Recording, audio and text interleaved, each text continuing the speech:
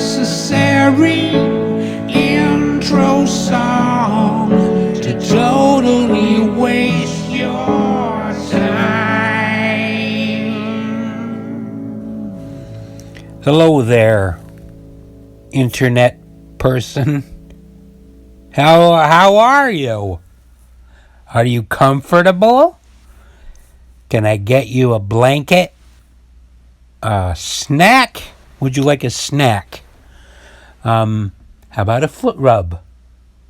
How about some mittens? Some soft mittens. I would like you to be comfortable. Your comfort is my concern. How's your back? You need a back rub?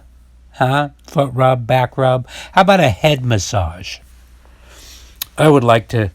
My purpose on earth is to make you feel comfortable.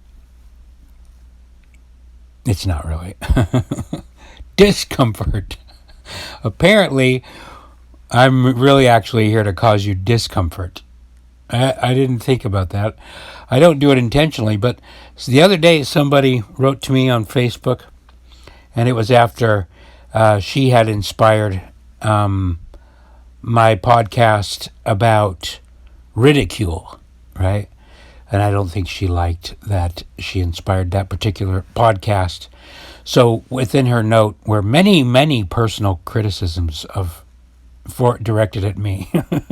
I wrote her one note that said, "Hey, your post with many laughing emoticons inspired a post that I'd been trying to make anyway about ridicule. Don't take it personally." Anyway, I got a whole paragraph back about, "It is personal, blah, blah, blah, and I don't know why you're doing this, and you have so much more talent." But one of the things that sticks out the most, she said, "I've been watching you, and I can't figure out why you like taking on topics that cause people discomfort." And I thought, I cause people discomfort. Is that what I do? And I thought, I don't really set out to cause anyone discomfort.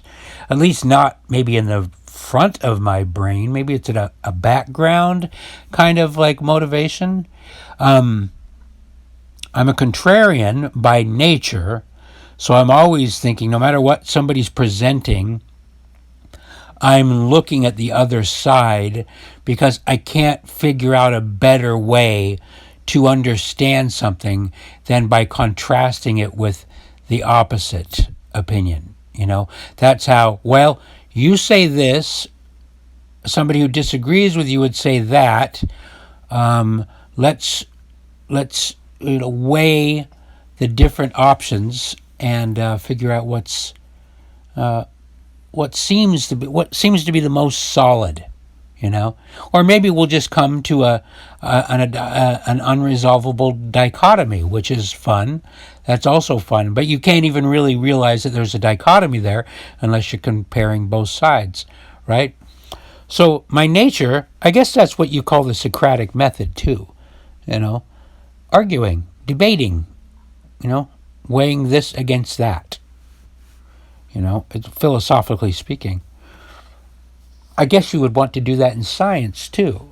You'd want to develop a hypothesis, a theory about something, and then you would test it as best you can, but I think it might be fun to go to extreme and go, well, maybe I'm totally barking up the wrong tree. Let's try the opposite effect. Let's see what's drastically different, and see if that creates a similar result. If it does, then we might have been far off base. We might just be totally embroiled in confirmation bias, which is a thing, It's a very easy thing. Why? Because confirmation bias is spawned, I think, from our desire to be, drumroll please, comfortable. Comfort. So when somebody tells me that I'm directly engaged in making people uncomfortable, I think, well, that's weird because that might be an effect of a different motive. My different motive is thinking. And for me, thinking is my form of comfort. In fact, that's what I do most of the time. This podcast is very easy for me so far because it's really just thinking out loud and recording it, while normally I would just be sitting around doing it maybe silently, you know?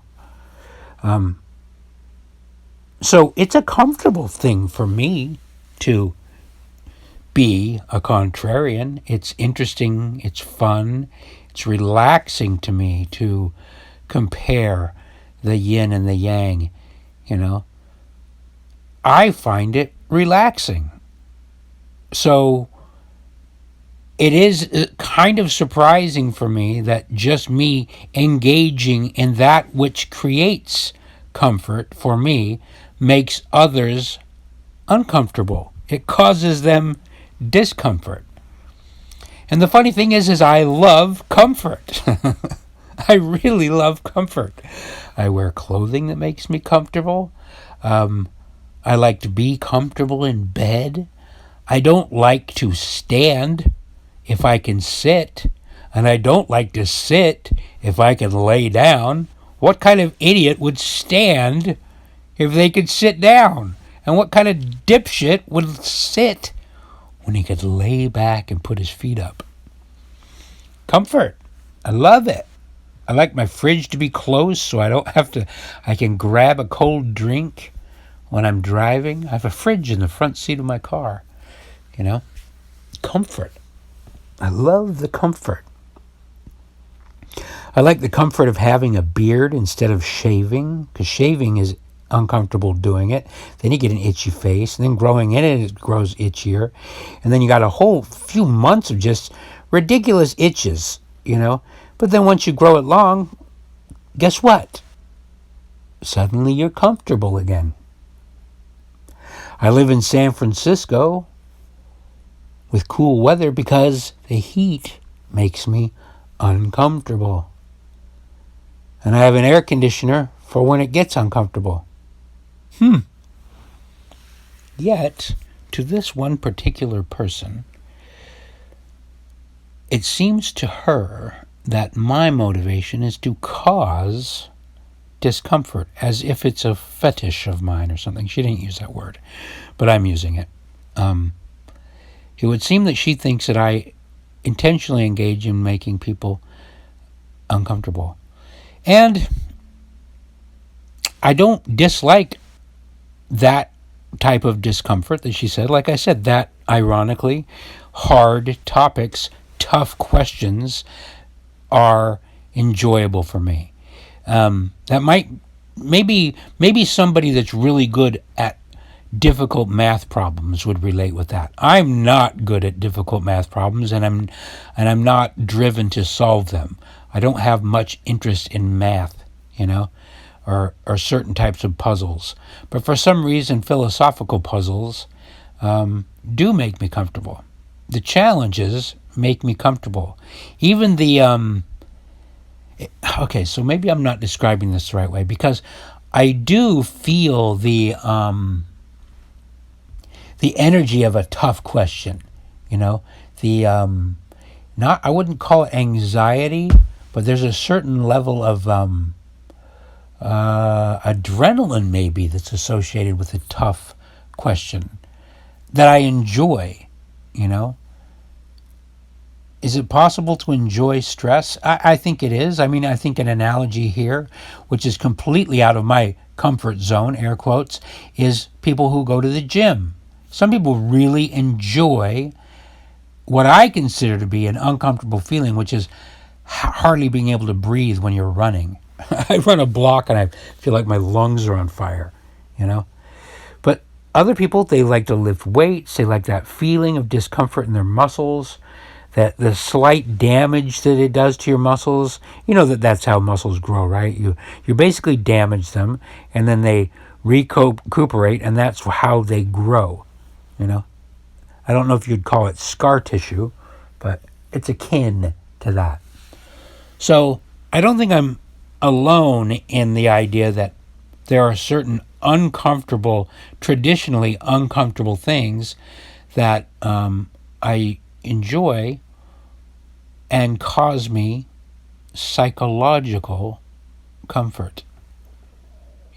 Thinking deeply about things and really dissecting things is something that causes me comfort. But let's think about comfort. What the fuck is comfort? Is comfort great, or is it even possible? Let's read the definition. Not that we need to. This is an easy word. You've been using it your whole life, but just for fun. Comfort. A state of physical ease and freedom from pain or constraint. Okay. Number 2, the easing or alleviation of a person's feelings of grief or distress. So let's see. Discomfort. Am I trying to make anybody have physical pain? No. Am I causing them pain? No. Am I trying to constrain them with my libertarian ideas? Am I trying to constrain their mind, or am I trying to liberate their mind? I don't think I'm trying to constrain them. The easing or alleviation of a person's feelings of grief or distress. So when I'm telling people not to worry about global warming, don't worry about this, don't worry about that. Hey, dipshit, stop worrying about things. Am I, am I causing them discomfort? It sounds to me like I am comforting people. I'm offering comfort. Hey, that person's a monster. Settle down. They probably aren't a monster. I'm surrounded by Nazis. Hold on. They're probably just regular people. Is that making people feel discomfort? When I defend a despicable human being like Louis C.K. or Harvey Weinstein, am I causing people discomfort? Or am I saying, hey, relax, you've got problems too? Maybe that's what it is. Maybe they don't want to even admit that they have problems. But see, for me, knowing that you have problems and embracing the fact that you have problems is not a feeling of discomfort. It's a feeling of contentment, of becoming good with oneself. To go, hey, I'm not perfect. What do you know? I've got problems. There's a certain acceptance that alleviates the grief and distress when you go, hey, other people are imperfect too. And while you're attacking that person, hey, hold on. You're imperfect as well. Wait, you made me feel discomfort. No, I didn't. That wasn't me. That was you. I'm just defending somebody. I'm trying to help them feel less discomfort. I'm comforting somebody who you don't want me to comfort. I'm offering comfort to those who you wish were burning in hell. So, am I causing discomfort? I don't know. But let's think about comfort. Let's think about your favorite comfortable thing. Let's talk about your bed, okay? Your bed. You got a big down comforter on there. It's actually called a comforter on there. You've got a comfortable pillow. You got that comfort controls on your wall set to the temperature that you find to be the most comfortable. You put on some comfortable music and you eat some comfort food. Okay, we're getting you into a really comfortable zone here. Well, that's a funny thing. So you get into this comfortable zone, you go, I don't ever want to leave this spot. I could stay here forever. But it turns out that after about 12 hours of your slothful comfort, you start getting a weird ache in your back, So you turn over, you try to find a more comfortable position. What do I gotta do? Still stretch, But you don't want to get out of bed because, man, 12 hours ago that was so comfortable. Why can't that just last? Why can't it last? Why is your body betraying you? Shit, and what's that, a bed sore? God damn it. Oh, and you're getting a waft of your armpit? I was so comfortable. Now I'm starting to smell like an onion. My back hurts. This isn't comfortable anymore. Yeah. Doesn't seem like comfort is a permanent state, is it? It seems like you've kind of got to go through other kinds of discomfort to get into a new comfortable position. Again, I'm bothering you with this yin-yang shit. That one doesn't exist without the other.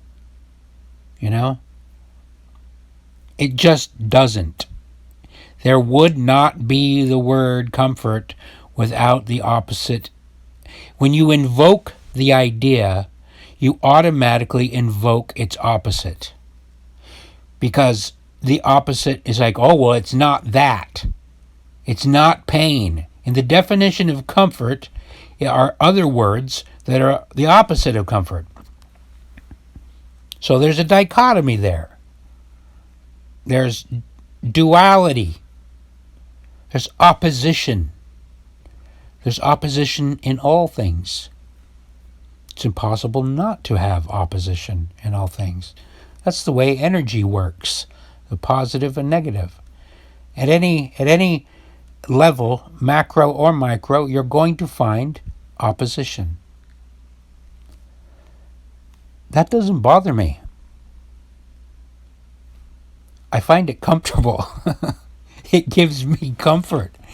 It's because it's consistent. It's reliable. I find that some people want to deny the constant shifting and changing nature of everything. I see it as balance. I see it as nature and just everything creating balance.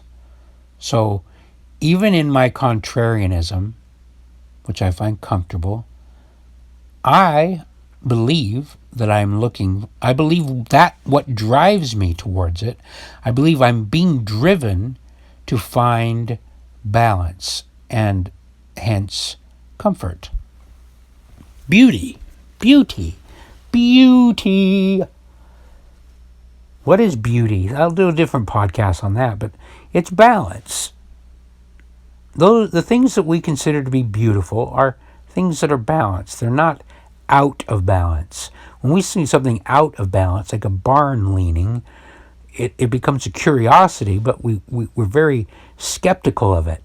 It's not beautiful. It's like, this thing's making me nervous. It's going to fall over. Dead limb hanging off a tree. Somebody limping as they walk down the street. A wobbly tire. Anyway, I'm getting off track. Now I'm getting into beauty and balance. But it's related. Beautiful things make you comfortable. Off-balance things make you uncomfortable. That's what makes me uncomfortable. That's why I'm uncomfortable in San Francisco. Because it's not very balanced.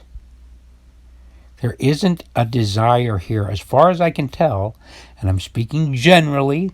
That I'm speaking general because I'm speaking generally. You want to know how you can tell I'm speaking generally, intentionally? Because I'm talking about a city and not a person. Don't generalize. Okay, I won't talk about cities. I won't talk about humans. I only talk about individual cells and molecules. That's it. Only molecules. I'll name them all. That molecule's named Dave. I'm talking about Dave, the molecule. But that's my problem with San Francisco, is that I don't find there to be any balance. There's not enough studying the other side. There's not enough contrarianism here. There's not enough Socratic method. There's not enough discomfort as opposed to comfort. There is a denial of the discomfort. It's not that it's not going to be there. That's that little example of being surrounded by all your comfortable things in your little bed. Discomfort's going to find you, okay? You don't need to seek it out, Maybe that's the criticism. Maybe it seems like she thinks I'm seeking out discomfort, But I don't think I am, because I think immediately comfort creates I guess my comfort zone is maybe it's either way smaller than most people's or way bigger. Let's figure that out, But as soon as I'm presented with an idea and I go to the opposite, I'm always just automatically going to the opposite. In other words, those bed sores, philosophically speaking, the bed sores creep in pretty quickly. It doesn't take a month of laying in bed, philosophically speaking, to create bed sores for me. I'm immediately uncomfortable. Well, I know this. I mean, I've made 3 question marks my moniker, and there's a reason for it. And that is that I'm very, very, very, very, how many varies? Let's go with 10 varies. I'm that many varies uncomfortable with certainty. I don't think there are many philosophical ideas that make me more uncomfortable than certainty. And that's not only just on paper, that's like in life too. When I meet people who are certain, their physical comportment makes me uncomfortable. That bold, that type of confidence that doesn't seem to be rooted in much. Well, it seems to be rooted in ignorance. For me, certainty and ignorance are more closely related, And I don't know why I have this attitude and why it seems to be the opposite of most attitudes. I think most people have the attitude that certainty means if somebody, that confidence and that certainty, that they like that. It makes them feel comfortable. I guess because they want an illusion that nature has resolved itself and opposition has disappeared. Please disregard the opposition. Everything's fine. Your comfort is secured for now and forever, ever after. Let me fan you with a cool breeze and massage your butthole. By the way, that would make me very uncomfortable. I'm not very comfortable with people touching me or hugging me. So I got lots of problems. And I'm comfortable with that. Anyway, have we learned anything about comfort here? This is what I think we learned. This is what I think I learned. I think I learned once again, and maybe this is just a long series of tapes where you can count them and you can see. Watch how many times Merkley convinces himself that contrarianism and the Socratic method are a good way to live. And he records the tapes because he's trying to convince other people to be like him. So what I learned is that, again, comfort and discomfort. Buddies, partners, high five to those guys. They're twins. Oh, geez, crap. And I'm a Gemini. You little astrologers out there can go nuts with this contrarianism and dualism and Socratic bullshit. You're going to all blame it on being a Gemini. I know you are. It's my astrological sign. I was born in June, so I'm destined to be a twin, an ugly twin. I wrote a poem about that. It's called My Ugly Twin. I'll save it for another day. As for now, I think I'm going to grab myself a nice cold beverage and get comfortable thinking of another difficult topic to share with you guys. But before I do that, I just want to leave you with a little summary. These are a couple of things you've heard before. You've probably heard the expression, no pain, no gain. Right? You've heard that one before, haven't you? Have you heard the expression, growing pains? Go back to that muscle analogy. If you don't damage your muscle a little bit, it won't grow. It's literally a true thing. No pain, no gain. So, if something makes you uncomfortable or causes you discomfort, look at it as an opportunity to expand and grow and think new things. So, get out of that comfort zone. Go headlong charging into the discomfort zone. Not really. You don't have to find discomfort. Discomfort is going to find you anyway. Especially if you keep listening to this podcast. Thanks for listening.